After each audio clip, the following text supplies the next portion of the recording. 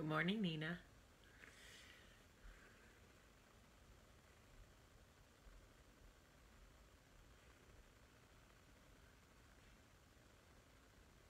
Good morning.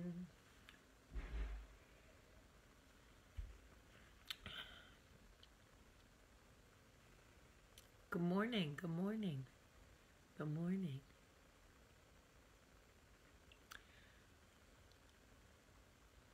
Good morning, Laura.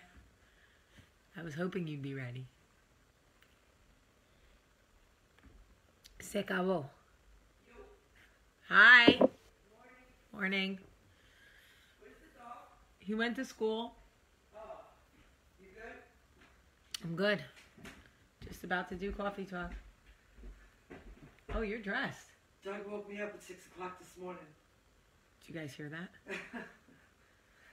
Woke me up with a 911. I need your help. I'm shocked. Yeah. Anyway, Hi, coffee talk. couldn't find his ass? Pretty much. Did you say it's right below your back, where it's Right where where it's you been, left it. right where you left it? Right where you left it. Turn around. Get some coffee. Right here. But we're also going for coffee. Never enough. Never enough. Never enough. Could you imagine? Never enough. Good morning, everybody, and welcome to Coffee Talk. I am your host, Oprah Winfrey. Always wanted to say that. Anyway, it's Friday. Fabulous. Love it. Mary's still here. I'm supposed to buy her return ticket home at some point, but I just think I might keep her. Anyway, yesterday's coffee talk really struck a nerve with people. So many people sent me messages to talk about adult loneliness. I cannot believe how many people responded, shared, listened, commented. Thank you for your love on yesterday's coffee talk. Apparently, adult loneliness is far more rampant than even I had imagined or whatever. Last night we go out to dinner and I get in bed. And Mary, how are you commenting on coffee talk from my kitchen right now? How is that a thing? I get in bed after dinner and I get a FaceTime from Debrat. She's here in Birmingham for Magic City Classic and she's like, "Where are you? Come out." I'm like, first of all, girl, no. It is officially, once I'm home and my bra is off season, I am home. But it's nice to know that I walked up and handed you a note instead of posting.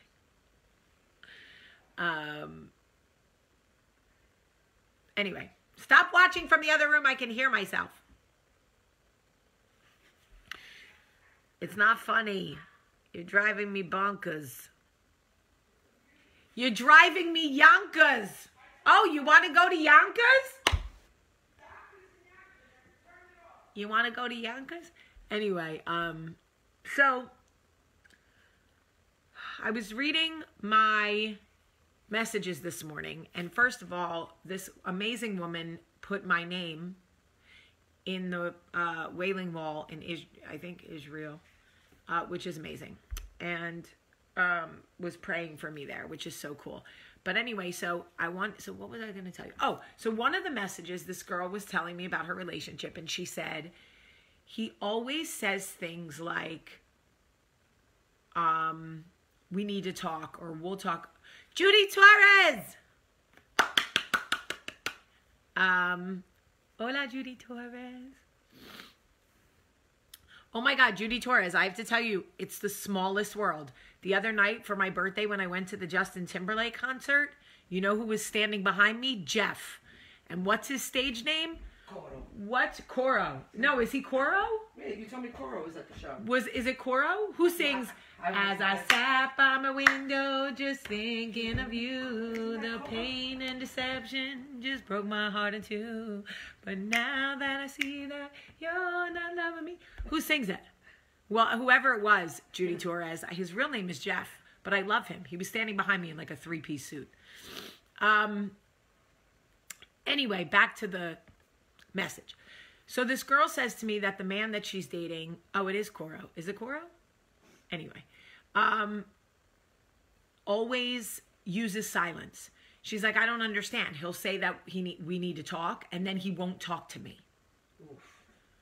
And I was like, oh, that is a narcissist's favorite tool. That is one-on-one. They use silence to control and manipulate you. It incites fear and anxiety. That is what they want. They want you to become filled with anxiety, this anxious anticipation about what they could possibly have to say.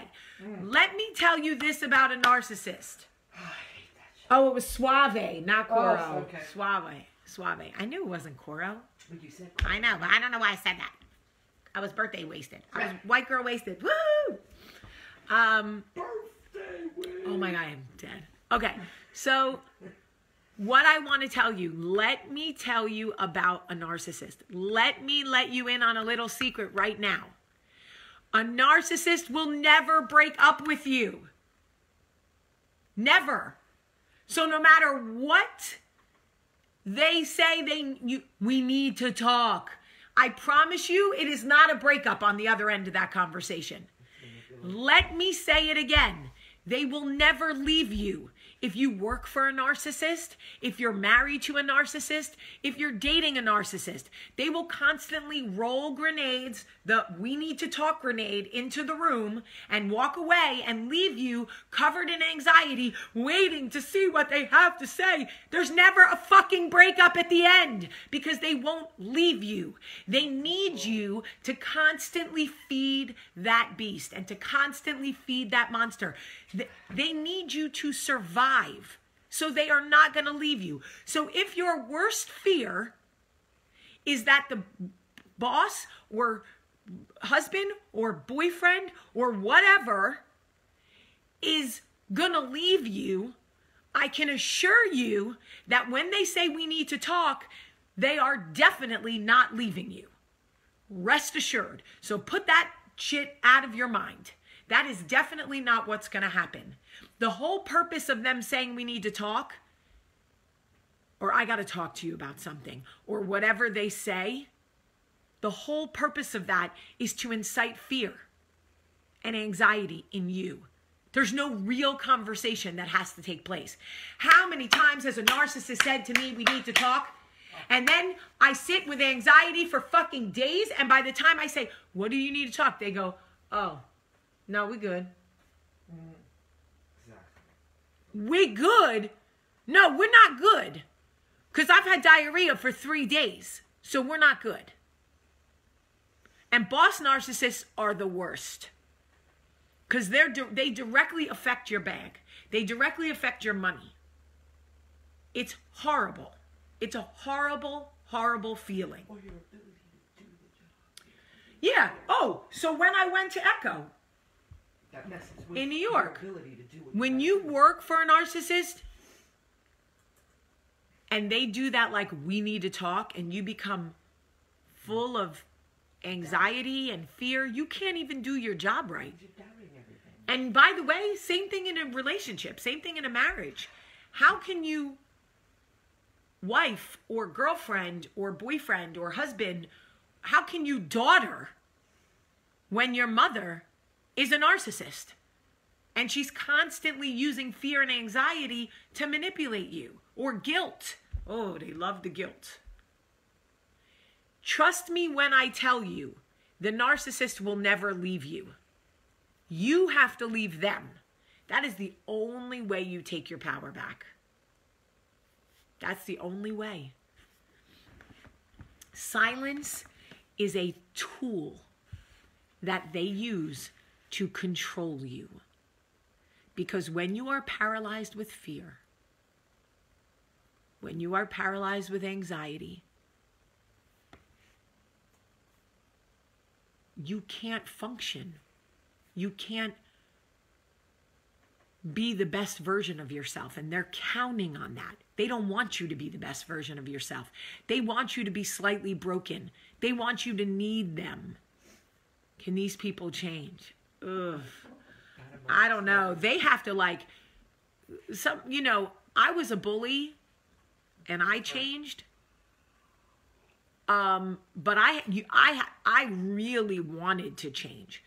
And I had to like find God, put the work in, do coffee talk every day. Like I had to like rehab myself from those behaviors so that the hurt people hurt continuum would not go on. I had to really work at it. I still have to work at it. So narcissists, I don't think they... It's egomania. I don't know, man. I don't know. Not I'll say this to you. I believe anybody can change if they really want to, but I wouldn't bet on it. I wouldn't count on it. I wouldn't try to love them through it. I would get out of Dodge, and if they change and they're meant for you, they will come back to you. But I'm just telling you right now, you know, listening to this coffee talk, if you are in a relationship professionally or personally with somebody who is using silence, and the silence can also be withholding affection, by the way. It's not always the grenade. Sometimes they just conveniently forget your birthday. They don't acknowledge it. Not personally, not publicly. They don't comment on anything on social media, and you know they see it's your birthday. But they just let that day go because they want you to feel the silence. They want you to feel the absence. It's a way of distracting you emotionally. It's all about control. How bad do you want me? How do you want it? How do you feel? Right.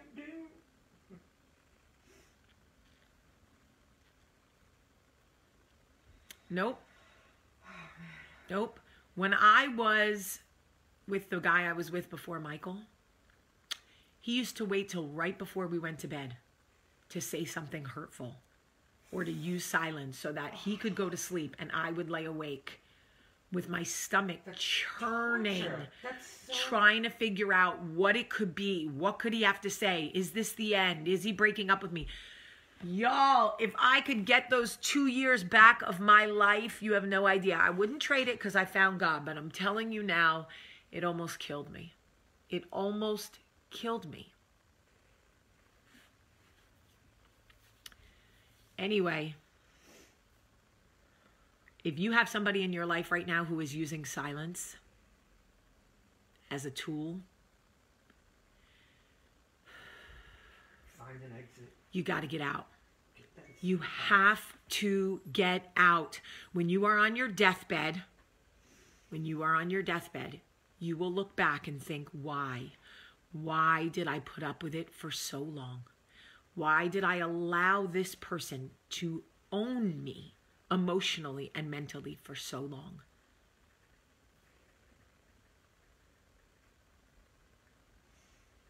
It's terrible. It's terrible. And yes, prayers to anybody who's in this situation, because I know what that's like.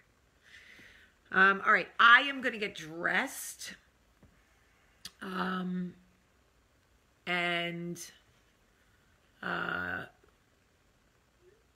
go get coffee and then go to work. I love you guys so much today. And like I love you every day. You should let me love you. Everybody have a great, great day.